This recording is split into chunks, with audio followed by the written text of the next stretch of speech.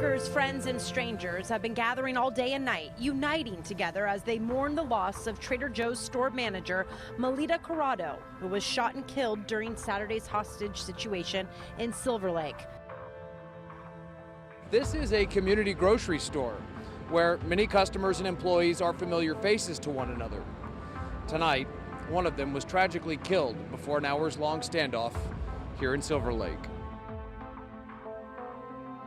The Corado family does not know what Mely Corado's last moments were like, or how she died, or how long from the time that she was shot until she died, or the location where she died. Witnesses describe a chaotic gun battle between the suspect and police in front of the Trader Joe's on the 2700 block of Hyperion Avenue. Mely Corado was caught in the gun battle between police and the suspect, Gene Atkins. An LAPD officer's bullet fatally hit Corado. During the entire time, we have sought out the answers as to why Mely, an innocent bystander, was shot and killed by a police bullet. We have contacted the Los Angeles Coroner's Office for their findings for a copy of their report. And each time we've been told that the LAPD has placed a security hold on the release of this information.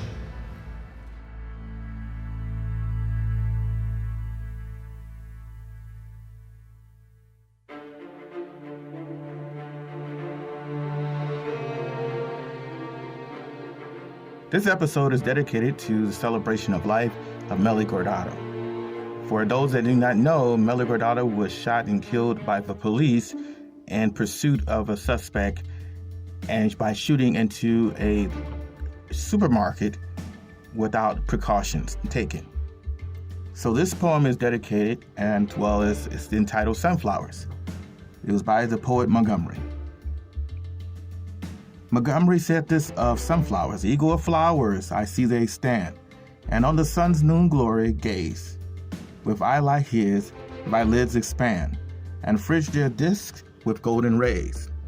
Though fixed on earth, in darkness rooted there, light is thy element, thy dwelling air, thy prospect heaven.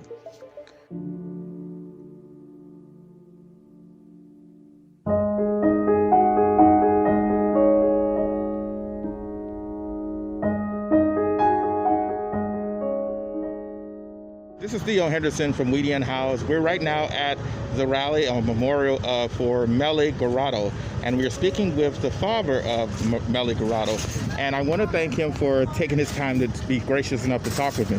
Thank you for joining us. You're welcome. Thank you. So can you tell us a little bit, how was Mely like when she was a kid, or a little bit about her? Mely was full of life. Mely was full of life. Raising Mely was a joy. And not too many people have the opportunity and the chance that I have by raising Mely by myself. Mely's mom died in 2003. I'm sorry to hear that. Okay. So I raised them by myself. I didn't want to bring a stepmom figure to the house. Mm-hmm. You hear too many horror stories. Mm-hmm. So I did it all on my own. And I think I did a good job for her. Obviously, because she's touched a lot of people's lives. Look at this beautiful day today, all this march in honor of Mely. Mm-hmm. All these people came off Mely because of Mely. So I think I did something good, Fortunately, I agree. Unfortunately, she left too soon. Yeah. I mean, what was, in your own words, what happened, so I can understand, and what can we do to support you guys? Be here every year. Mm-hmm. We're planning on doing a march for Mely every single year. Whether we are victory in our trial or not, we're still going to march for Mely. This is only the beginning. This is the second year we marched for Mely. Last year we marched from the church to here. Now we did from the police station, and we'll continue to do so. Yes. Do you think you're going to get justice for your daughter? Hopefully. I think the city of Los Angeles has to make changes, not only for Mely, for all the Melys in the city. Mm-hmm. You know, she's not the only one victim. There's a lot of other families that are going through the same thing I'm going, and for all those people, we need victory. What if you are you for the police being held accountable, or This is what this march is all about. I want the police officers that killed Mely to be charged. Why not? You commit a crime, you do the time. Put them in jail, send them to prison, make them feel like what we feel. Yes. So, Mr. Corado, is there anything would you like for the rest of us to know, or what to give us, to keep us on the update? What can we do if we need to find out an update of? Well, you can follow us on Twitter. Okay. That's, you can follow us on Twitter, and sometimes when we go to court, when there is a court day, we all go. You guys are welcome to come to court with us. The more people we bring in, the more noise we make. Outstanding. Everybody's invited. Any court day that we go, everybody's invited. Come over, so you guys will know what's going on. Mr. Corado, I thank you again. Extend my deepest condolences, and I also want to thank you and for me getting to know the spirit of Mely, who seemed to be resonated with so many people. Her niece, your son, and everyone seems to always have something kind and nice to say with love about your daughter. And I think that's an example of your parenting, and it is a tragedy that she left too soon. All right, thank you. Thank you very much. See you guys next year. Thank you. This is Theo Henderson from We the Unhoused. I thank you all for listening, and may we again meet in the light of understanding.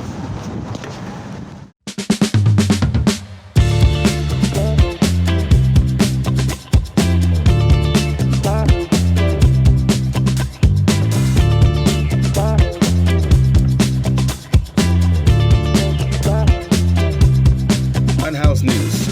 Death of an Oakland beloved unhoused community resident, Guy Mike Lee, passed away this week on August 3rd, 2020. Guy was known for his straight, no-nonsense talk and sense of humor. Fellow Unhoused activist and friend remembers him fondly, calling him the Obi-Wan, and he is the Skywalker who will continue to carry on his message. In other political news, a former Unhoused resident, Cori Bush, defeats 20-year veteran Representative Lacy Clay in a Missouri primary. Seattle City Council voted to defund the team that removes unhoused encampments. They're known as the navigation teams, which use police officers and sanitation workers and outreach workers.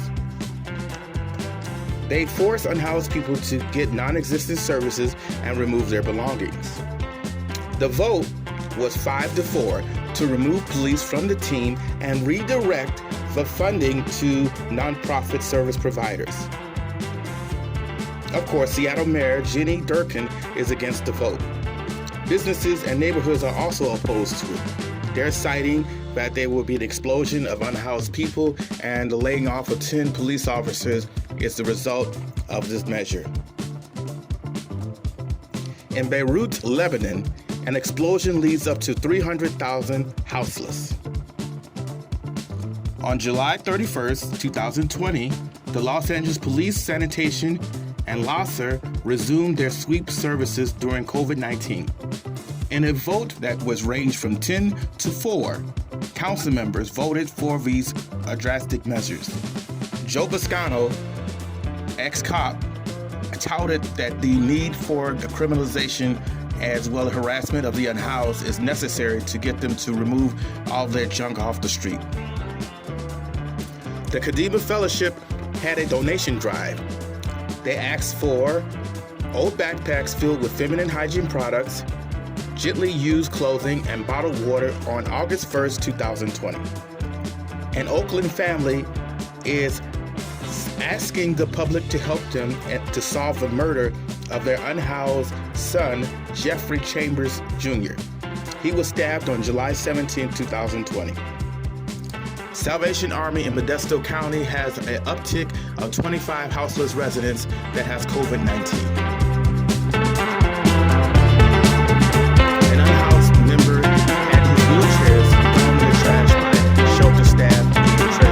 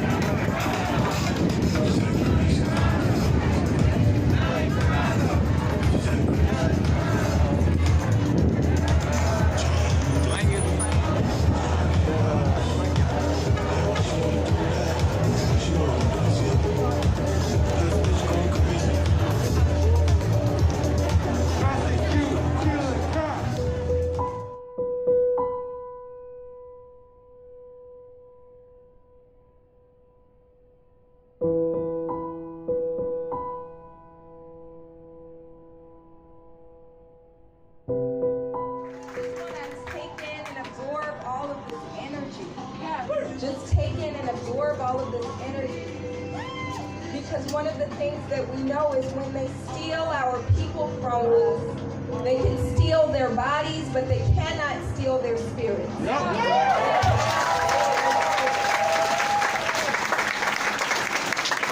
I never met Mely in life, but I feel her presence here. Y'all feel her presence here? I feel her presence through the work of her brother, which is phenomenal. I feel her presence through the crowd, the power of this gathering. I feel her presence by through every face that I'm looking at. Well, half your face at least. It's important to remember that when we say Mely forever, we are summoning her into this struggle, and we're saying that we will step forward righteously and demand justice in her name. And I know that we constantly say things like justice for Mely Corado, but we cannot get justice for her. We can get justice in her name. Justice would be that she is still here. Justice would be valuing the lives of black folks and brown folks and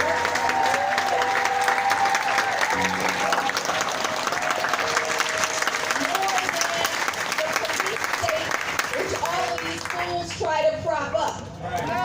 Mely's life was more important than running into a Trader Joe's with your license plate.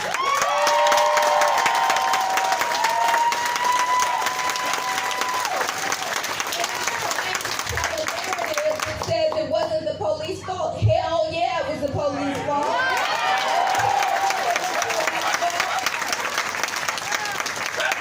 And it's also important to remember that this was not a mistake.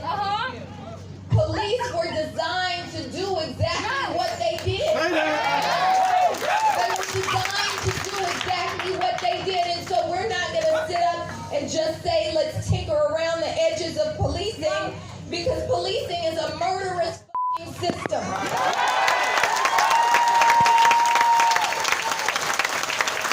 going to say the way that we get justice in Mely's name, the way that we honor her, is not just by carrying these beautiful ass sunflowers. The way that we honor her is by demanding an end to policing as we know it.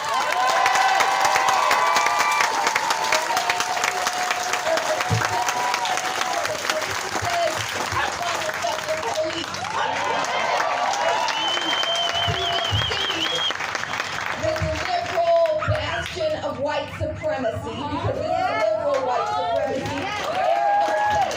Like to utter the few words in Spanish that he knows and trot out the fucking black college roommate and try and act like that makes him not a racist.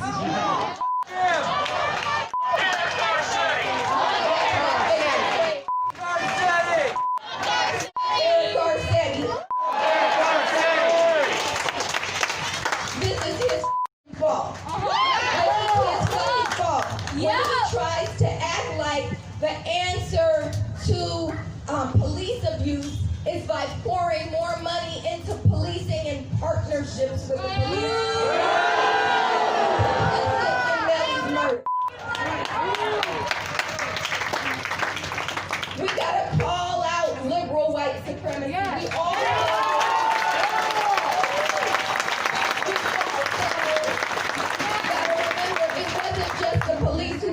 trigger that are responsible. We gotta chop from the top. All right. Michael Moore gotta go.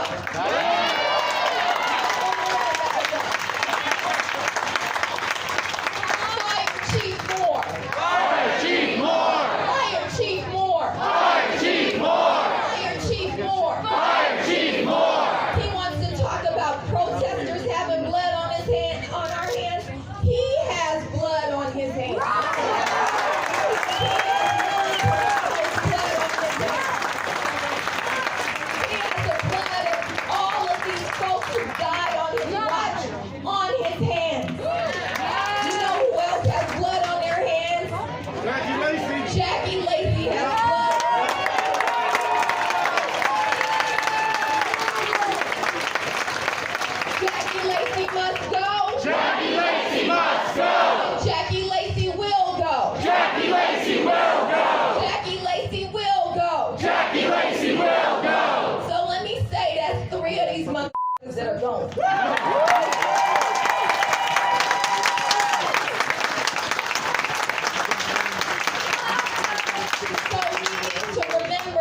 try to scare us into going home.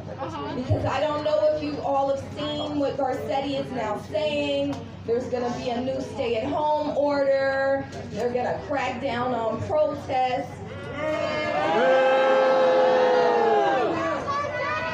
Racism is a Look disease. around. Look around. I don't see anybody who's ready to go home.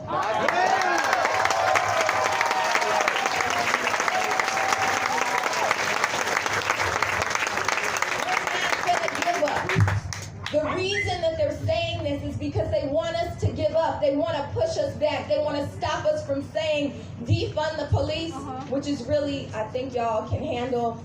It's shorthand for abolish the police.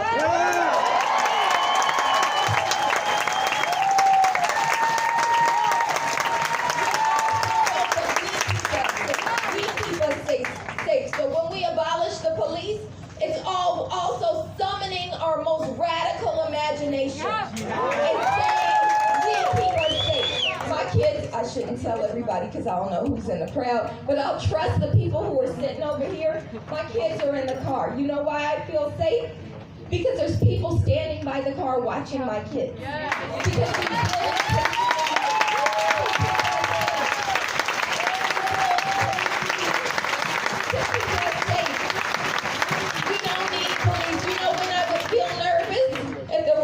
out here with guns.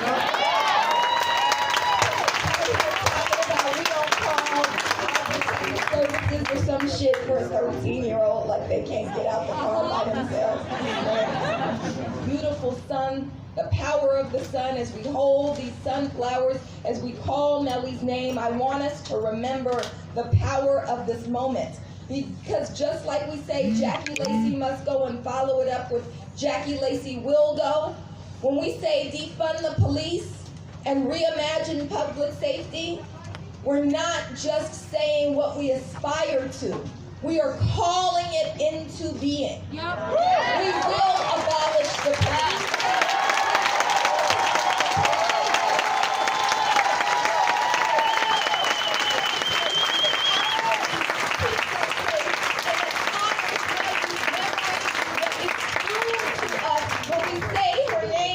Mely forever, y'all say it. Mely forever. When we say that, we have to honor that. So we're gonna get it, right? Yeah. Get it? We gonna get it? Yeah. Get it? Yeah. Mely forever. Mely forever. Ashe. And then he went ahead and put a security hold on Mely's autopsy. We didn't get it for a full year. A full year.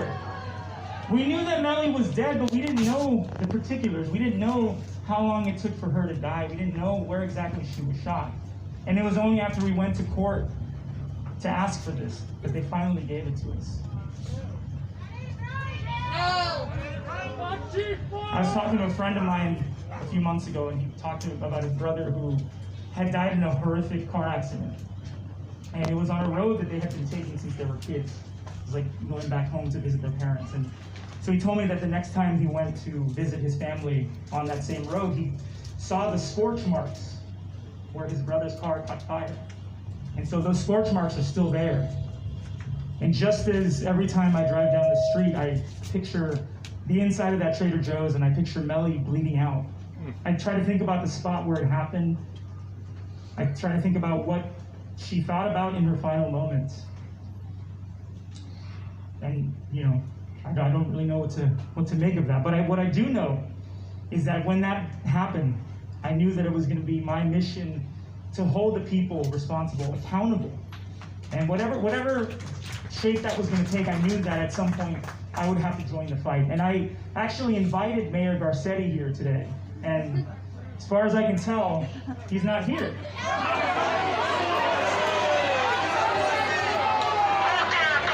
That's right.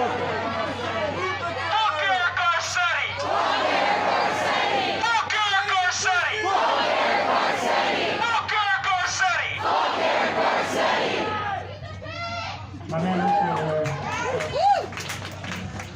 so yeah, I mean, so he's not here, and he actually he missed Mely's funeral because he was out of town because he thought at the time that he would maybe be able to run for president. Can you imagine that, President Eric Garcetti? But I knew that when he did that, he insulted my father. It wasn't even that he insulted me, he insulted my father, who was at the lowest point of his life. And Michael Moore, when he went on to do his press conference about Mely's murder, said it was a tragedy, but I want you to put yourself in the position of those officers. So at that point, he's already trying to remove the culpability of those officers. And a year later, when we went to the police commission to see whether or not the shooting was in policy, he came up to us and he smiled and shook my father's hand, knowing that he had already said that those two officers were in policy. He gave him a clean bill of health. And he sat there and smiled and said, you know, this actually is going to take place in a closed session. So we didn't even see him say the words that it was in policy. We read about it the next day in the LA Times.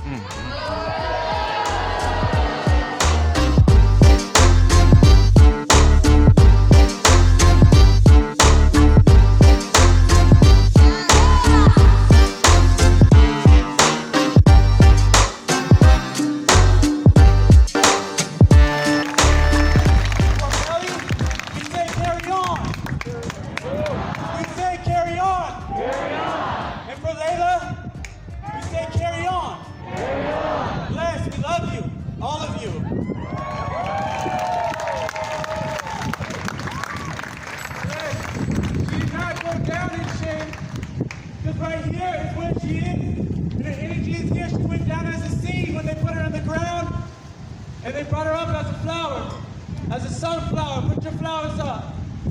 You see, every one of these petals right here is you. Carry on is a democracy. We take the consensus of the people. So we're here for you. This respect is for you. And the love is for you, Layla. We all love you.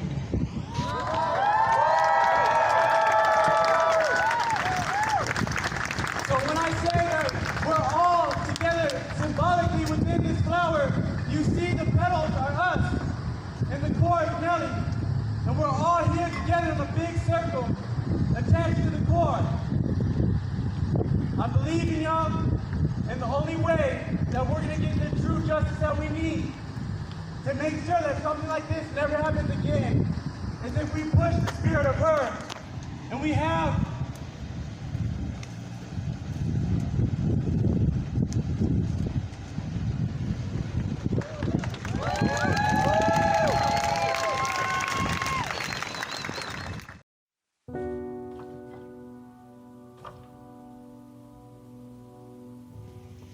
and we went to New York. And her and Uncle Albert tried some weird New Jersey food, like cornroll and scrapple at the Shady Diner. Afterwards, we went to New York the day after New Year's. It was so cold, and we were trying to see all the little tourist things in New York. Yeah, it was so cold, and we had like 3 hoodies on. I remember when I was pretty young is when my Aunt Mely was showing me how to cook. I was young, so I'm not sure what I was cooking, but I have this photo of her putting this apron on me, and me and my dad love that photo so much.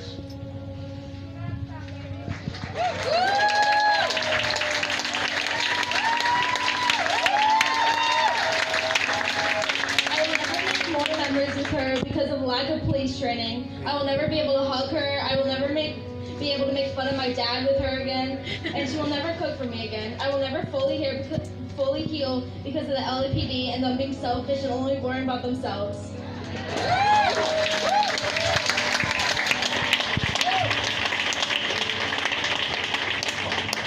It's hard to end this because my heart hurts and I just want my aunt back. And I just get filled with anger because of the LAPD, and specifically the 2 cops, Cylin Say and Sarah Winans. Your guys' actions killed my aunt. And Eric Gar said he didn't help at all in the situation and said put yourself in the position of the police officers. That's the most inconsiderate thing you can say when so many people are mourning Mely. And lastly, Michael Moore, the CEO of the circus, the LAPD chief.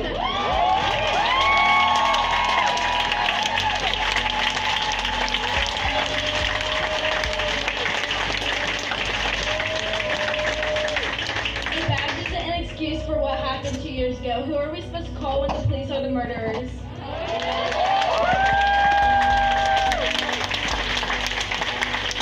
Thank you everyone for supporting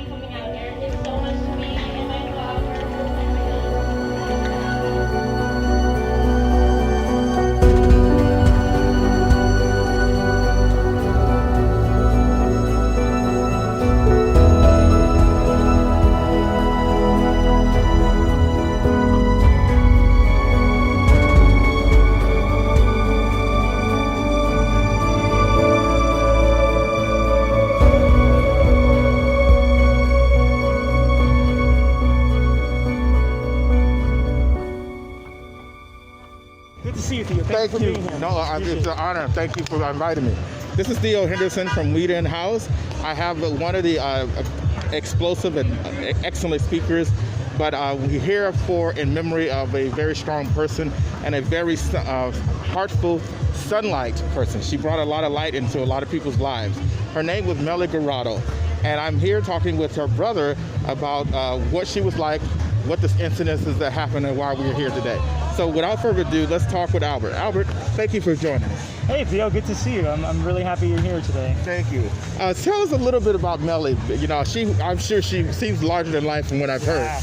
Yeah, Mely, you know, she was my younger sister, but in a lot of ways, you know, she was very wise, and so I would go to her for advice. I mean, I obviously was an older brother, so I try to guide her down the right path, but she's very smart, you know, brilliant person, but one of the most caring people I've ever known. Like, she made you feel like on your most special day, that much more special. She really knew how to take care of people, and she really cared for the people in her life, whether they were family or friends. She wanted to make sure where you stood with her, and it was always in good standing. Yeah. Well, that's excellent. It sounds like she had a very good family, a very good upbringing, and you sound like a very good brother. So, can you tell us what happened and walk us through, give us a little bit of insight? Yeah, so on July 21st, 2018, the LAPD was in pursuit of a man named Gene Atkins. He had shot his grandmother, and they found him, like he had a stolen car. They found him, and they pursued him, and his car, the wheel popped and crashed into a light pole outside of the Trader Joe's in Silver Lake. He ran inside, and the police were, shot into the store trying to kill him. And Mely was caught in the crossfire, and she died. Did the police get arrested, or what happened? No, I mean, as far as I can tell, they were, what mostly happens is they're put on desk duty on some sort of leave. They have to fill out a lot of paperwork, but as far as I know, a month later, they were back out on the streets.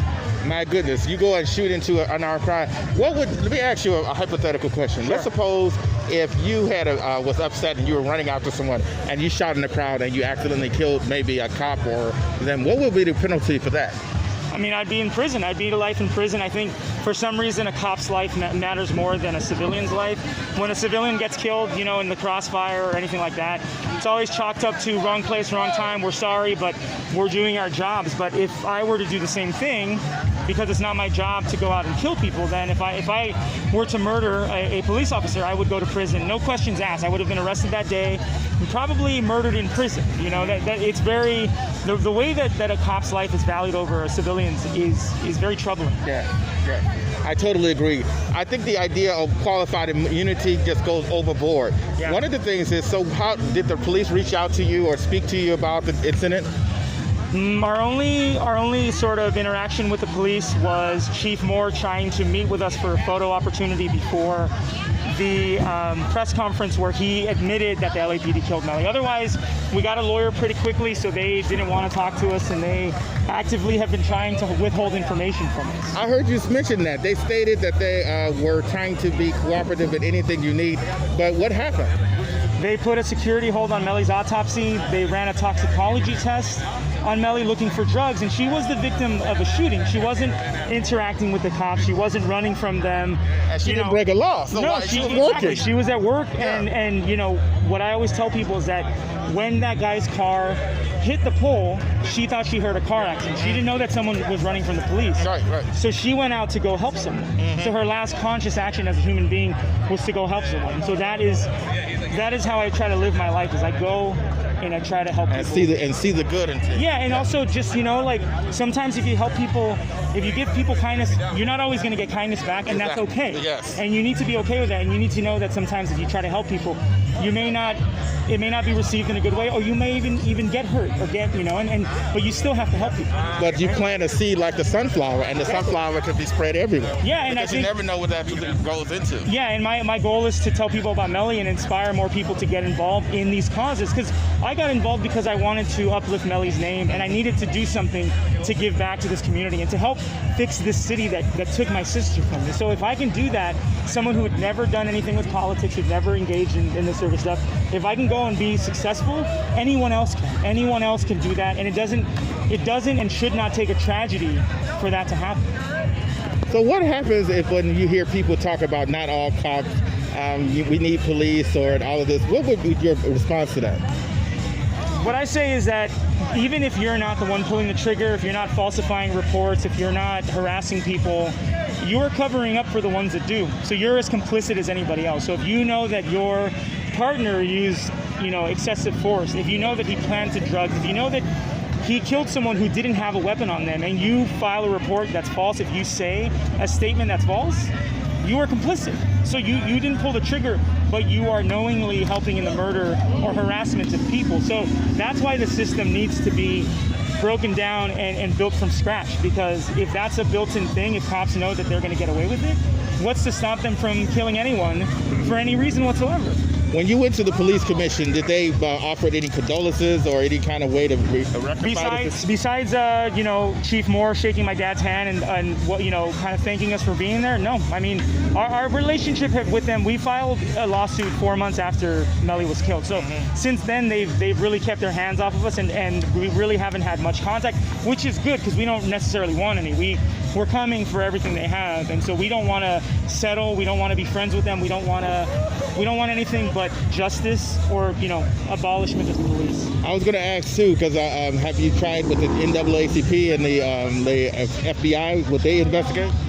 I don't know. Actually, I haven't thought about that. I have to talk to my lawyers, but it's certainly something that, my father wants justice for Mely. I mean, obviously I do too, but the work that I do, that I go out and try to do is very immediate, and the things that we want are going to take time. So for me, getting involved and going against the LAPD, not just in a courtroom, but on the streets, on the social media or whatever, that's the fight in its immediacy, right? Like, the trial is a fight writ large, and it's a big one, right? But if I can go out there and protest and do things and call them out, that's doing the work as well. Outstanding. I thank you very much for your time, and I know you're going to have a busy, hectic day, and I really am touched by the story, and I'm inspired that Mely stood for more than life than many of these cops that are being deified. And I thank you again. Thank you, Theo. I appreciate your show and everything you're doing. Thank you so much. Thank you. This is Theo Henderson from Unhoused, and I thank you all for listening. May we all meet again in the light of understanding.